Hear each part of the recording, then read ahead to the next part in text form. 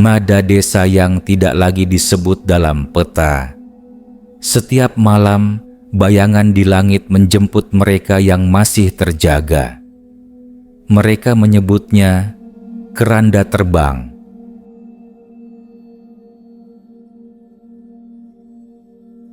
Kabut tipis merayap di atas tanah basah, menutupi jalanan kecil yang membelah desa Ringgin Jati.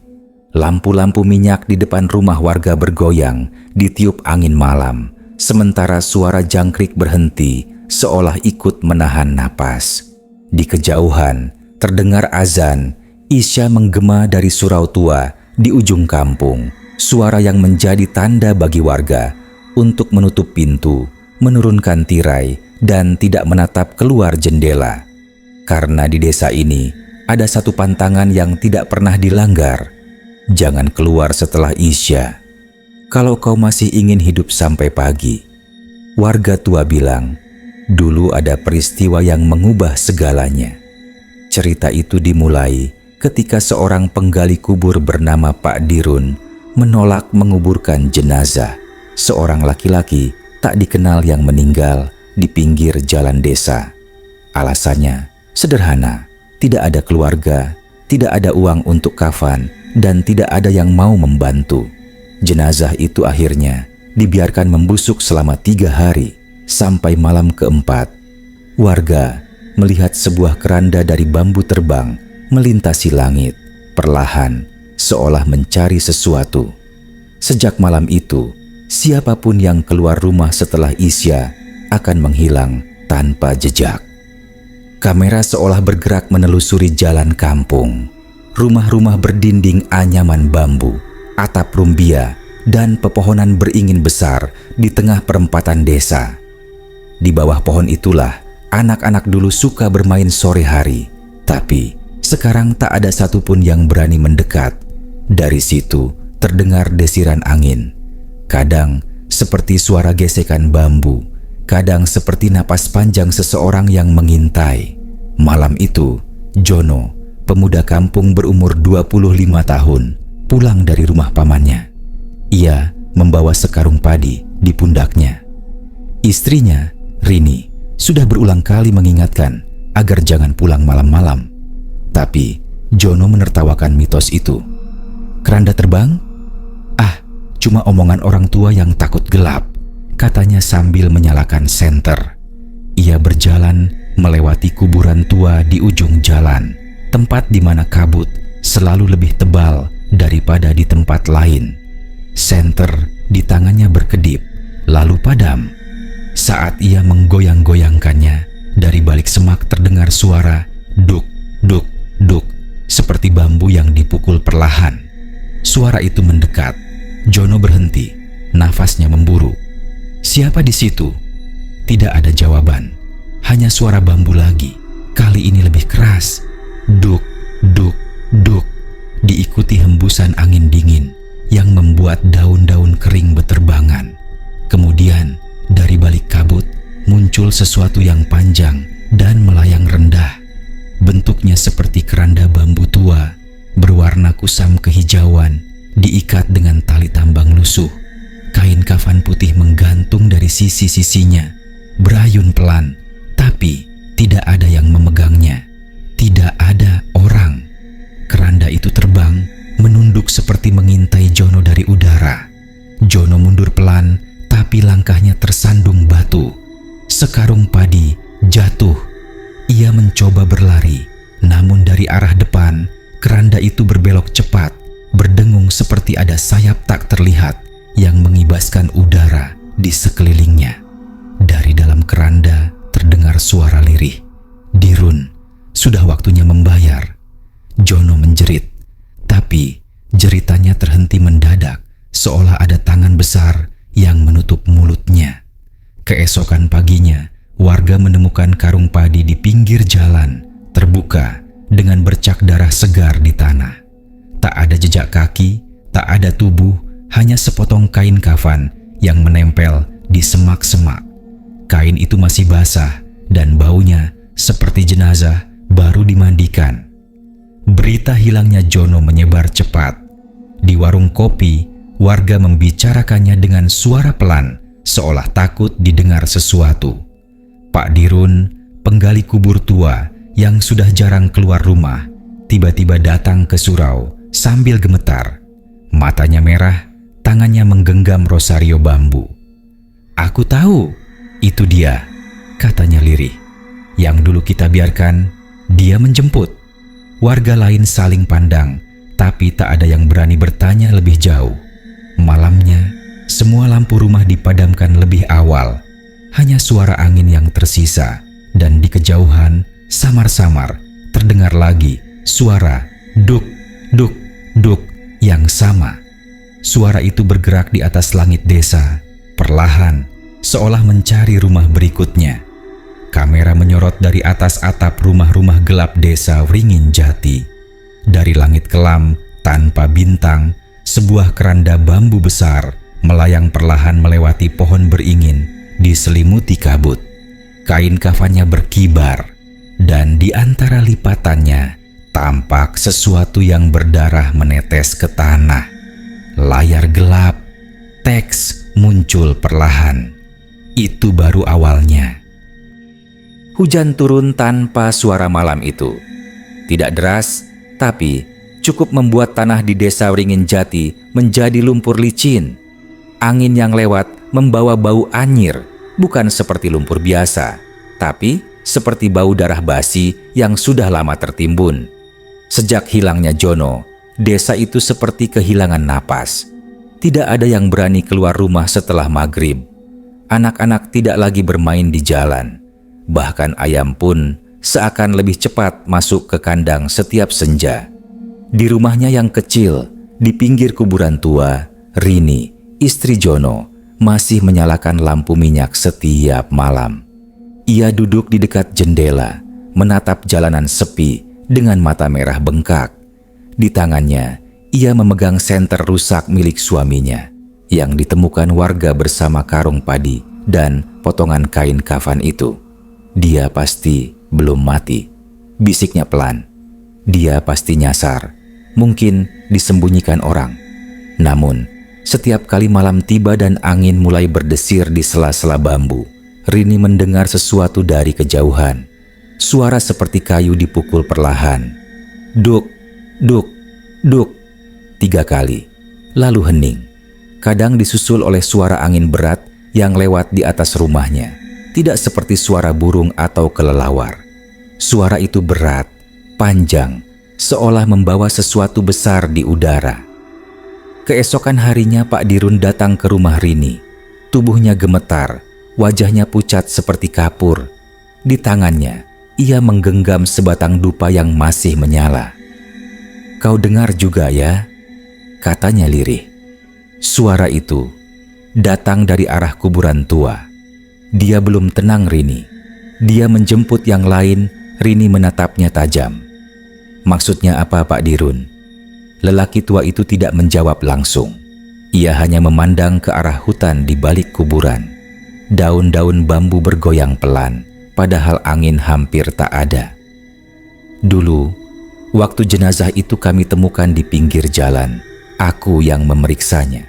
Tapi kami tak punya kain kafan. Aku hanya menutup wajahnya dengan karung goni. Malamnya, aku bermimpi dia datang menatapku dari dalam keranda. Katanya, aku mau dikafani Dirun, tapi aku abaikan. Esoknya jasadnya hilang. Dan sejak itu, keranda itu muncul di langit setiap malam." Rini tercekat. Matanya mulai berkaca-kaca, bukan karena takut, tapi karena ia sadar Jono mungkin jadi korban dari dosa orang lain. Malam itu, warga dikumpulkan di surau kecil. Hanya lampu minyak yang menyala, bayangannya menari di dinding. Semua hadir, Pak Lurah Samto, Bu Minah, si penjaga warung, Pak Karto, dan beberapa pemuda lain. Pak Lurah membuka suara dengan nada berat.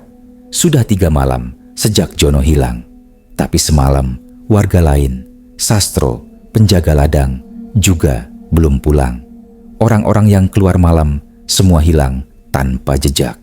Kita harus bertindak." Pak Dirun menunduk. "Jangan lawan dia. Itu bukan manusia. Keranda itu tidak bisa dibakar, tidak bisa diserang. dia menjemput. Dan kalau kita ikut melawan, nama kita akan disebut." "Nama?" tanya Pak Lurah. "Ya, setiap malam kalau engkau dengar suara duk, duk, duk, itu tanda dia memanggil. Kalau malam berikutnya kau dengar lagi, berarti giliranmu sudah dekat." Suasana langsung senyap. Satu-satunya suara hanya detak jam tua di dinding surau. Lalu, perlahan, dari luar, terdengar duk, duk, duk 3 kali. Semua wajah langsung menegang. Pak Karto buru-buru memadamkan lampu minyak. "Diam, diam semua." Dari luar, suara angin mulai terdengar. Tapi kali ini bukan angin lembut, melainkan seperti suara ribuan kain kafan yang diseret di udara, bersamaan dengan bau amis yang menusuk hidung. Salah satu anak muda, Eko, memberanikan diri mengintip lewat celah dinding bambu. Matanya membesar, napasnya tertahan. "Astagfirullah," bisiknya. Di luar, di atas jalan tanah yang basah, keranda itu melayang perlahan. Kain kafannya berlumur darah segar, menetes ke tanah. Di dalamnya tampak bayangan seseorang yang menggeliat, seolah masih hidup dan mencoba keluar. Keranda itu berhenti tepat di depan surau. Semua orang menunduk, tak berani bersuara. Tiba-tiba, kain kafan di ujung keranda bergerak sendiri, terangkat seperti tangan manusia yang menunjuk ke arah surau. Kemudian terdengar suara parau. "Sastro sudah kubawa. Malam ini giliran yang melihat." Suara itu seperti berasal dari langit dan kuburan sekaligus, bergetar, berat dan basah. Lampu minyak menyala sendiri, padahal tadi dimatikan. Cahaya oranye temaram menyorot ke arah Eko yang masih berdiri di dekat celah dinding. Semua mata tertuju padanya. "Kau melihat?" bisik Pak Dirun. Eko tak menjawab. Tubuhnya kaku. Dari matanya keluar air, bukan air mata, tapi darah. Ia ambruk, kejang-kejang, dan dari dalam dadanya terdengar suara duk, duk, duk. Pelan, seolah suara itu kini ada di dalam tubuhnya sendiri. Warga panik, sebagian kabur keluar surau. Tapi ketika mereka membuka pintu, udara di luar berubah menjadi kabut tebal. Tidak ada jalan, tidak ada langit, hanya kabut putih bercampur merah dengan bayangan keranda bambu melayang di atas mereka. Kain kafan berkibar. Dari dalamnya keluar suara tangisan dan tangan-tangan pucat yang meraih ke arah mereka. Pak Dirun berteriak keras, "Tutup mata kalian, jangan lihat langsung." Namun sudah terlambat. Satu persatu warga berteriak, lalu diam. Saat kabut mereda, surau itu kosong. Di lantai tanah hanya tersisa jejak darah membentuk tulisan. Waktu membayar sudah dekat. Keesokan paginya, Pak Lurah Samto ditemukan di depan rumahnya. Terlentang, matanya terbuka lebar, wajahnya pucat seperti mayat. Di telinganya tersangkut serpihan bambu yang meneteskan darah. Di dadanya, kain kafan melingkar seperti tali. Desa Ringin Jati kembali sunyi. Tapi malam itu, dari arah kuburan terdengar lagi suara duk, duk, duk, diikuti dengan angin berputar di langit. Dan beberapa warga bersumpah mereka melihat keranda itu terbang rendah di atas sawah, membawa sesuatu yang bergerak di dalamnya. Dengan satu tangan menjulur keluar, berlumuran darah, menggenggam sesuatu yang berkilat. Senter milik Jono. Matahari sore di desa Ringin Jati tampak redup seperti tertutup debu tipis. Sejak kematian Pak Lurah Samto, tak ada lagi yang berani menyalakan kentongan ronda. Desa itu kini bagai dunia lain, sunyi, hampa, dan seolah berada di antara hidup dan mati. Di setiap rumah, warga menggantungkan daun kelor dan potongan bambu di depan pintu, mengikuti saran Pak Dirun, penggali kubur tua yang kini dianggap satu-satunya orang yang tahu bagaimana menghadapi makhluk itu. Tapi Bahkan Dirun sendiri tampak ketakutan setiap kali matahari mulai turun. Sementara itu, Rini tak lagi bisa tidur. Setiap malam, ia mendengar suara langkah pelan di luar rumahnya. Kadang seperti langkah kaki suaminya, kadang seperti suara berat yang diseret di tanah. Suara itu berhenti tepat di depan pintunya. Lalu terdengar napas pelan, panjang, seolah ada seseorang berdiri di balik dinding, hanya beberapa inci darinya. Pada malam ketiga, setelah Pak Lurah meninggal, Rini memutuskan untuk mencari jawaban. Ia membawa senter dan pergi menemui Pak Dirun di rumahnya yang terletak di belakang kuburan. Rumah itu sederhana, berdinding papan tua, tapi di sekelilingnya tertancap puluhan batang dupa.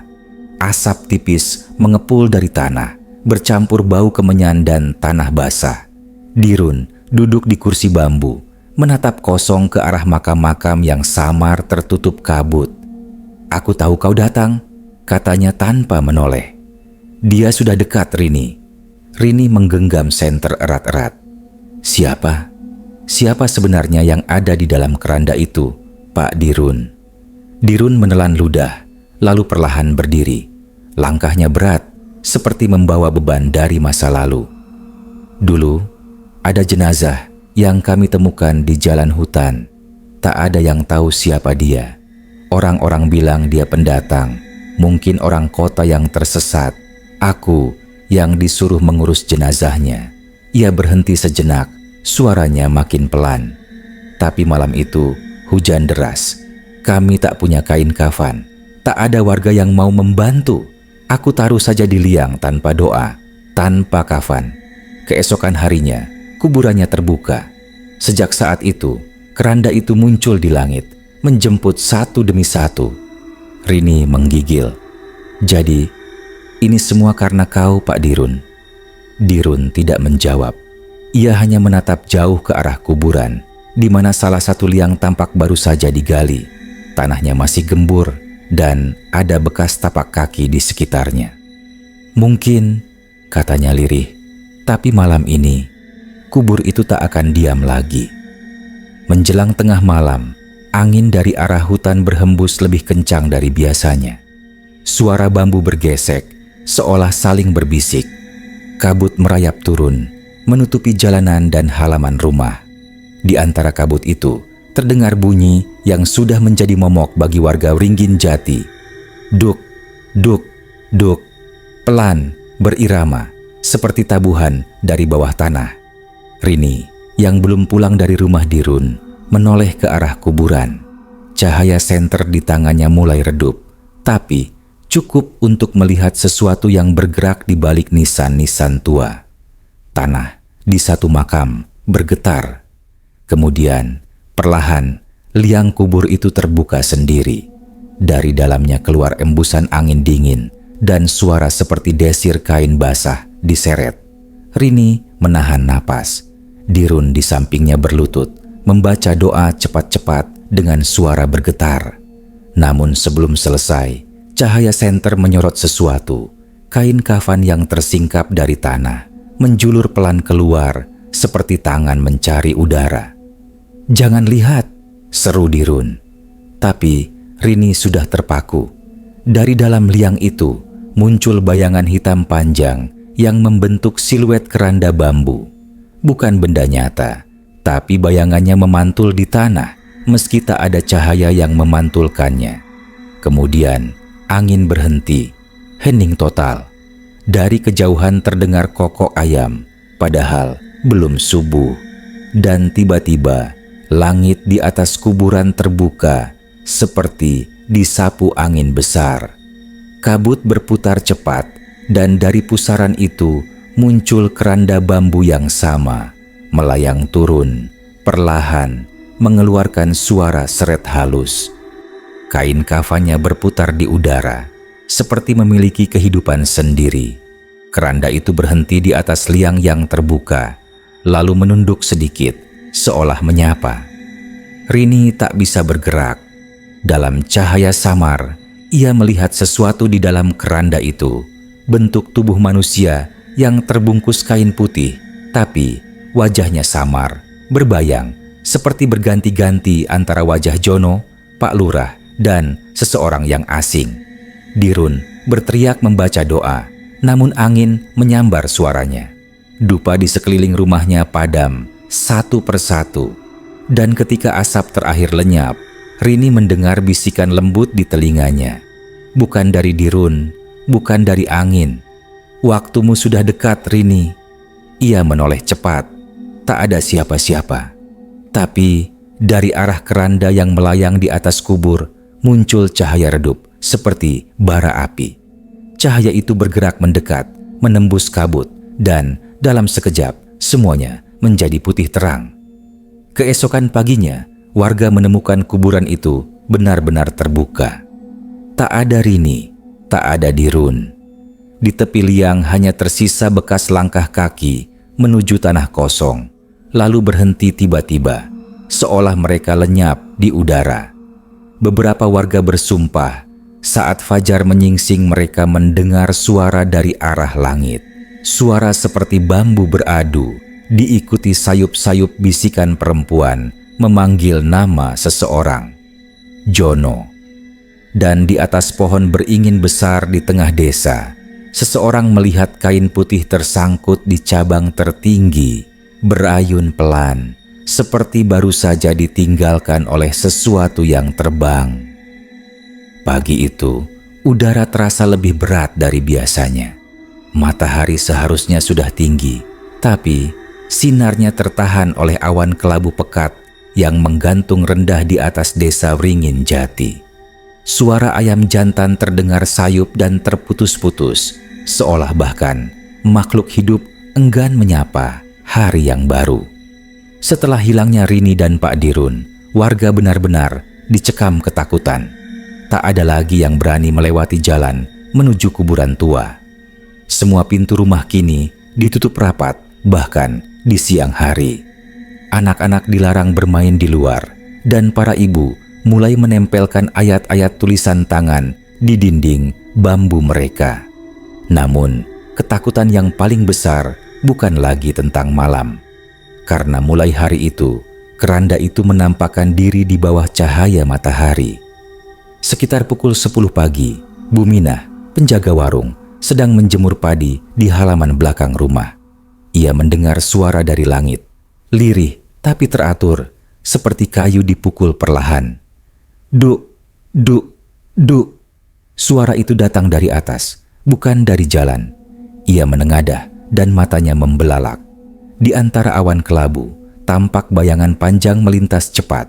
Bentuknya seperti keranda bambu, berayun perlahan, seolah diseret angin yang tak terlihat. Kain putih menggantung di ujungnya, berputar lembut seperti bendera. Buminah berlari masuk ke rumah sambil berteriak memanggil tetangganya, Pak Karto. Mereka keluar bersama, tapi bayangan itu sudah lenyap. Hanya sisa kabut tipis yang bergerak di antara pepohonan. Aku lihat sendiri, kata Buminah dengan napas terengah. Keranda itu terbang di siang bolong. Pak Karto diam, menatap ke arah langit yang tampak semakin gelap. Kalau begitu, tidak ada waktu lagi, katanya pelan. Malam mungkin sudah datang lebih cepat dari seharusnya. Menjelang sore, warga berkumpul di balai desa. Tak ada pemimpin lagi setelah Pak Lurah Samto meninggal, tapi mereka mencoba berdiskusi. Balai itu sunyi kecuali suara kain bendera desa yang berkibar pelan. Kita harus pergi dari sini, kata seorang pemuda bernama Eko, orang yang dulu sempat kejang-kejang di surau namun selamat. Aku tak bisa lagi tidur. Setiap malam aku mendengar suara dari atap rumahku, dan setiap kali aku buka mata, aku melihat bayangan keranda di langit, seperti sedang menunggu seorang kakek di pojok ruangan menimpali lirih. Kau tidak bisa kabur dari sesuatu yang tidak punya bentuk. Selama tanah ini belum menelan dosanya, keranda itu akan tetap mencari. Semua saling pandang, wajah mereka basah oleh keringat dingin. Di luar, angin bertiup tiba-tiba kencang, membuat pintu balai bergetar keras. Dari sela-sela papan terdengar siulan angin atau mungkin bisikan. Dirun, Rini, Jono. Nama-nama itu disebut satu persatu, seolah dari jarak jauh, tapi terdengar jelas di telinga semua orang di ruangan. Lampu minyak di tengah balai mendadak padam. Kegelapan menyelimuti mereka. Di luar, anjing-anjing menggonggong histeris. Suara mereka mendadak berhenti bersamaan, lalu sunyi total. Dan di atas atap balai terdengar lagi duk, duk, duk. Suara itu begitu dekat kali ini, seperti berasal dari tepat di atas kepala mereka. Kamera imajiner seolah bergerak perlahan menembus genting balai. Dari balik awan, tampak keranda bambu menggantung rendah, bergoyang lembut seperti ayunan. Di dalamnya tidak ada tubuh, hanya selembar kain kafan terlipat rapi. Tapi setiap kali kain itu terbuka sedikit, terlihat bayangan wajah berganti-ganti. Jono, Pak Dirun, Rini, dan Samto. Warga di bawah berdesakan ke sudut ruangan, berdoa terbata. Tiba-tiba, salah satu jendela terbuka sendiri. Angin masuk deras membawa aroma tanah basah dan dupa. Dari sela jendela itu, sesuatu jatuh perlahan ke lantai. Sehelai kain putih yang masih hangat, seolah baru dijemur matahari. Kain itu bergerak pelan, menggeliat seperti makhluk hidup sebelum akhirnya diam.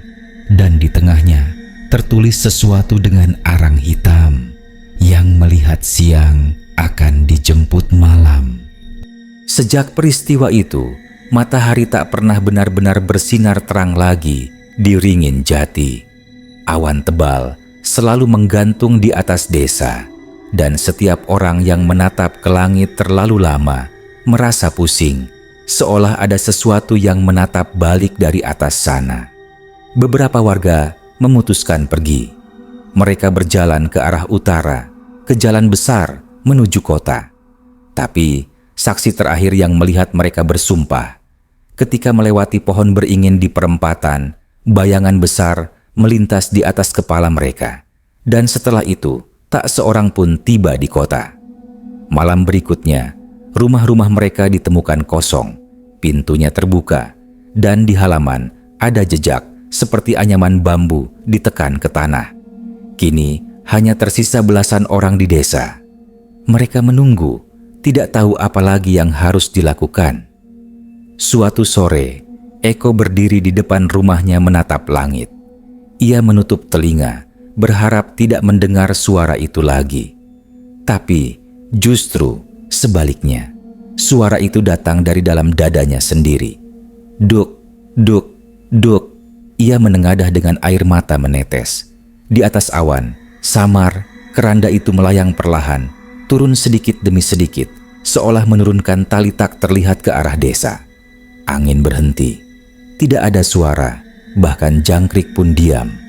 Langit berubah kelabu kehijauan, dan sekejap kemudian seluruh kampung diselimuti kabut. Kamera menjauh perlahan, memperlihatkan desa Ringin Jati dari atas. Sebuah titik kecil di tengah hutan, tertutup awan tebal yang berputar membentuk lingkaran, seperti pusaran tempat sesuatu turun dari langit.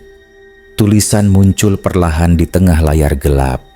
Tanda lebih besar, bayangan itu kini tidak lagi memilih malam. Malam kembali datang terlalu cepat di desa Ringin Jati. Langit tak lagi berwarna hitam, melainkan abu tua dengan cahaya samar yang seolah memantul dari tanah basah. Tak ada bulan, tak ada bintang, hanya kabut yang menggantung setinggi dada, membuat napas setiap orang terasa berat dan dingin seperti logam. Sejak keranda menampakkan diri di siang hari, warga yang tersisa hidup dalam diam. Mereka tak lagi berani bicara tentang penjemput itu, karena setiap kali nama keranda disebut, sesuatu di langit akan bergerak pelan, seperti mendengarkan. Di rumah kayu dekat surau tua, Eko, Buminah, dan Pak Karto berkumpul. Di atas meja, lampu minyak bergoyang lemah. Nyalanya menari karena angin tipis yang menyusup lewat celah dinding. "Kita tidak bisa terus begini," kata Eko pelan. "Satu persatu warga hilang dan tidak ada yang kembali. Kalau benar keranda itu mencari sesuatu, kita harus tahu apa yang diinginkannya." Buminah menggenggam tasbih di tangannya. Jari-jarinya gemetar. "Anakku, dia belum genap 17. Semalam dia bilang ada suara mengetuk genting. Aku suruh dia diam, tapi waktu aku buka pintu kamarnya pagi ini, dia sudah tidak ada." Pak Karto menunduk. "Mungkin ini semua ada hubungannya dengan tanah kuburan lama di belakang bukit," katanya. "Tempat itu sudah ditutup puluhan tahun, tapi dulu sebelum desa ini bernama Wringin Jati, pernah ada kejadian." Ia berhenti, menelan ludah. Eko menatapnya tajam. "Katakan, Pak, sekarang bukan waktunya menyimpan rahasia." "Dulu," lanjut Pak Karto, suaranya hampir berbisik, "sebuah rombongan penggali makam pernah dikutuk. Mereka membangun keranda bambu untuk membawa jasad seorang dukun tua yang mati tanpa nama. Tapi keranda itu tak pernah sempat dipakai. Warga takut, jadi mereka kubur saja bersama si dukun di bawah pohon besar dekat sungai. Sejak itu, tanah di sana tak pernah bisa ditanami." Eko menatap lampu yang bergoyang. "Kalau begitu, mungkin yang kita lihat bukan keranda milik orang mati, tapi milik penjaganya." Dini hari, mereka bertiga berjalan menuju bukit di belakang desa. Angin malam menyapu daun kering, menghasilkan suara gemerisik yang terdengar seperti langkah kaki lain di belakang mereka. Mereka membawa obor dan linggis. Tak ada warga lain yang berani ikut. Semua hanya menatap dari balik jendela rumah, menutup mata ketika mereka melewati jalan utama. Kabut makin tebal ketika mereka tiba di pohon besar di tepi sungai kering. Pohon itu tinggi, batangnya hitam dan berkerut seperti kulit tua. Di bawahnya ada gundukan tanah yang ditumbuhi lumut tebal. Eko menancapkan obor ke tanah, cahayanya bergetar. "Kita gali di sini." Suara cangkul mulai memecah kesunyian malam. Setiap ayunan terasa seperti memukul dada bumi. Setelah beberapa menit, tanah mulai berbau aneh, seperti dupa dan besi berkarat. Buminah berhenti, menatap lubang itu. "Pak, lihat, tanahnya berdenyut." Dan benar, tanah di dasar lubang itu tampak bergerak pelan, seperti ada sesuatu di bawahnya yang masih hidup. Pak Karto mundur setapak, wajahnya pucat. Tiba-tiba, angin berputar kencang, obor nyaris padam. Dari arah sungai terdengar suara. Bukan hembusan, tapi seperti seruan yang ditarik dari kejauhan. "Tutup, tanah, kami." Suara itu bergema di antara pepohonan, membuat mereka bertiga membeku. Lalu dari langit terdengar lagi suara itu. Duk, duk, duk. Semakin cepat, semakin keras. Eko mendongak dan matanya membesar. Di antara kabut, keranda bambu itu melayang perlahan, turun sedikit demi sedikit. Kain putihnya berkibar, menimbulkan bayangan yang seolah hidup. Tapi kali ini, keranda itu tidak kosong. Di dalamnya, tampak seolah ada sosok duduk diam, terbungkus kain, tapi kepalanya menoleh ke arah mereka. Buminah berteriak dan terjatuh. Pak Karto menarik Eko, tapi tanah di sekitar mereka tiba-tiba amblas pelan. Dari dalam lubang, muncul serpihan bambu tua yang sama, persis dengan bahan keranda itu. Setiap helainya kering tapi utuh, seolah baru dibuat. Eko menggenggam linggis, menancapkannya ke tanah. "Kalau ini kutukan, maka malam ini harus berakhir," katanya keras. Tapi sebelum ia sempat berbuat lebih, sesuatu menyentuh bahunya, dingin, berat, dan membuat seluruh tubuhnya lemas. Ia menoleh perlahan.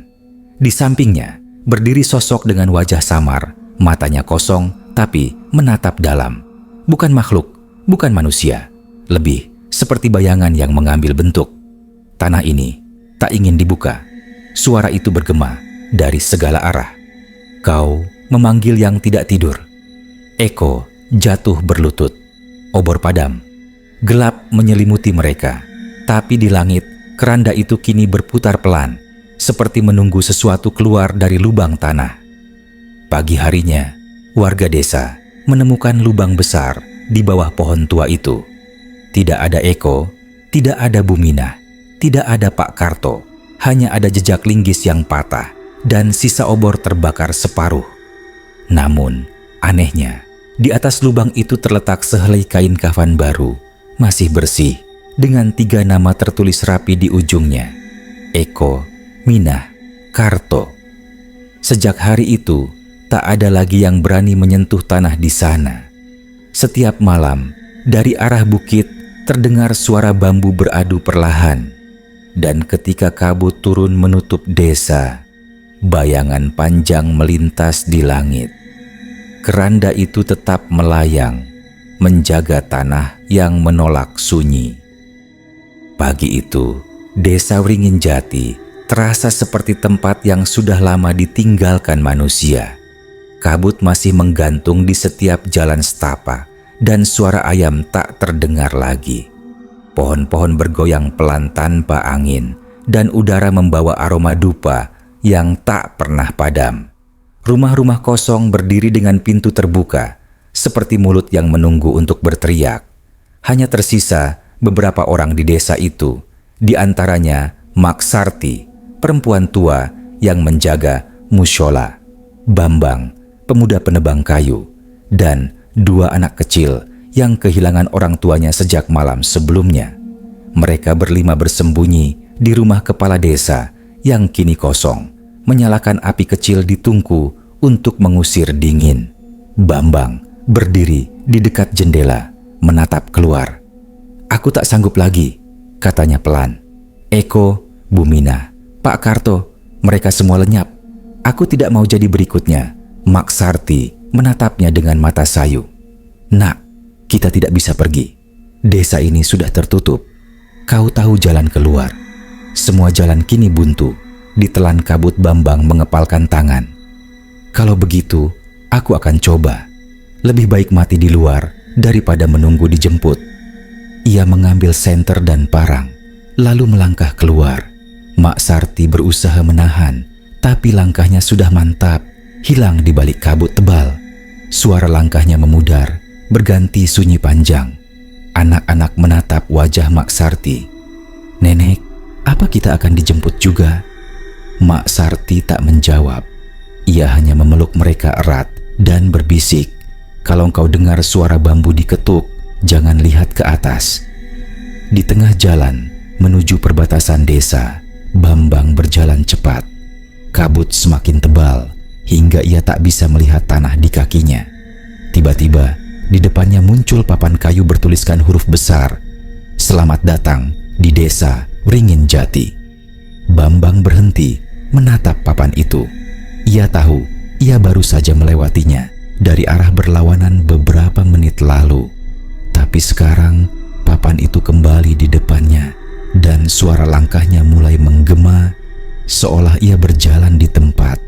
Ia menoleh ke belakang. Kabut putih pekat menutup jalan. Kemudian terdengar suara lirih dari kejauhan.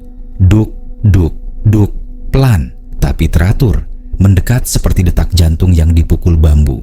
Bambang menyalakan senternya, menyorot ke atas. Tidak ada apa-apa. Tapi suara itu kini terdengar dari samping, lalu dari belakang, lalu dari atas lagi. Ia menunduk, menutup telinga. Tidak, aku tidak mau melihat. Namun rasa penasaran mengalahkan takut. Ia menoleh sedikit ke langit, hanya kabut. Tapi di balik kabut itu, bayangan besar bergerak lambat, bentuknya panjang, anyaman bambu dengan kain putih berputar di ujungnya. Keranda itu muncul lagi, namun kali ini tidak melayang tinggi. Ia turun pelan, sangat pelan, hingga bambu-bambunya nyaris menyentuh tanah.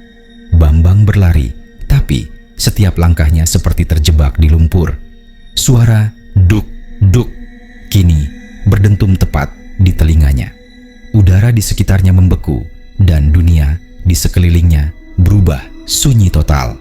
Lalu hanya satu kalimat yang terdengar berbisik sangat dekat di telinganya. "Kau sudah melihat."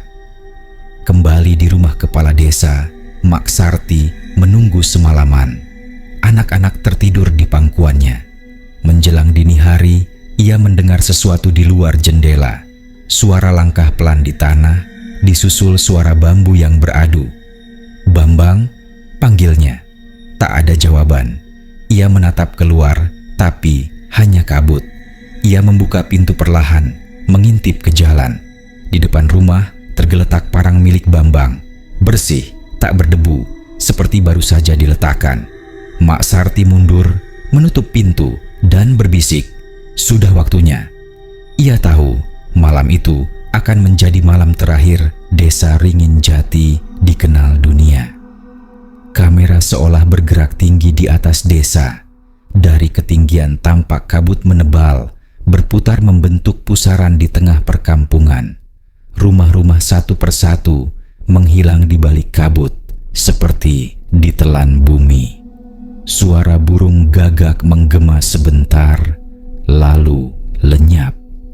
Di tengah pusaran itu, terlihat satu benda perlahan naik ke langit.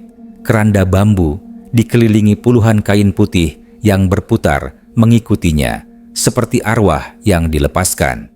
Namun, di dalam keranda kali ini ada sesuatu. Selembar surat lusuh menempel di bambu dengan paku hitam. Tulisan di atasnya samar, tapi masih terbaca. "Kami tidak mati. Kami dipanggil pulang." Beberapa minggu kemudian, tim pencari dari kecamatan datang ke wilayah itu.